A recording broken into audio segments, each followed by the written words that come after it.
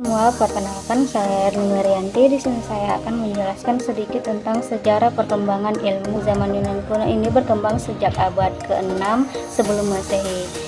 Ditandai dengan berdirinya Athena atau polis yang menjadi pusat dunia peradaban Yunani, yang dianggap sebagai peletak dasar bagi peradaban barat budaya Yunani, yang memberi pengaruh yang kuat bagi Kaisar Romawi yang berhasil melakukan ekspansi ke bagian lain wilayah Eropa.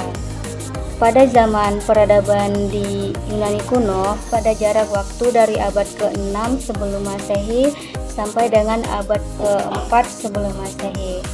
Adapun ciri dari filsafat Yunani kuno ini diantaranya adalah yaitu filsafat bukan untuk mengubah dunia, melainkan untuk mengetahui realitas alam semesta atau kosmos yang dipandang sebagai sebuah totalitas atau teliti keseluruhan hakikat alam semesta.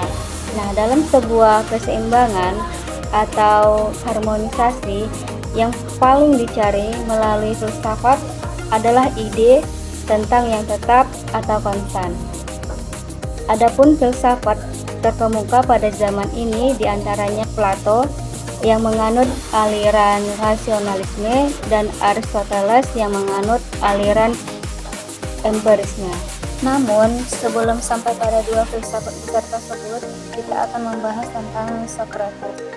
Nah, Socrates ini memulai pengajaran filsafatnya dengan teknik kebidanan atau disebut dengan maiotika techna, seperti halnya ibu melahirkan yang dibantu oleh seorang bidan. Filsafat pun demikian, seseorang baru bisa melahirkan pemikirannya apabila dibantu, yaitu dengan cara berdiskusi.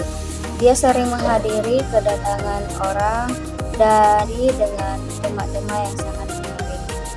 Nah, di diskusi-diskusi Socrates inilah yang kemudian dibukakan oleh Plato, pemikiran Socrates. Dunia itu lengkap menjadi dua, ada yang disebut dengan dunia ide, ada juga yang disebut dengan dunia materi. Nah, dunia yang sesungguhnya, yang kekal, yang konstan adalah dunia ideal. Nah, sementara dunia materi yang ada di sekitar kita, termasuk tubuh kita itu, adalah sesuatu yang tidak tetap. Sementara menurut Aristoteles, itu hanya satu, yaitu dunia materi, di mana segala sesuatu yang fisiknya baik ataupun hal-hal di luar kita yang dapat diserap secara indrawi, yaitu bersifat materi dan berupa fisik pemikiran dunia. Nah, pemikiran ini disebut dengan materialisme. Nah, jadi secara garis linear antara idealisme menjadi rasionalisme dan materialisme menjadi empirisme.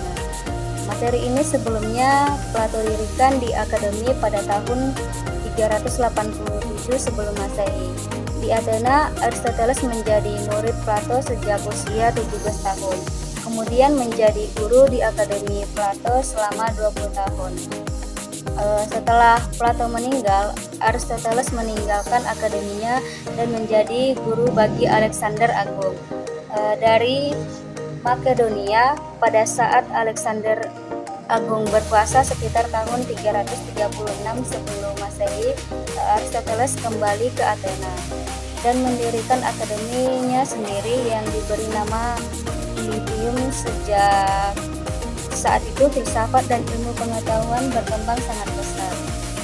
Nah, Plato dikenal sebagai bapak filsafat dengan konsep idealismenya adalah cikal bakal aliran rasionalisme, dan Aristoteles dikenal sebagai bapak ilmu pengetahuan.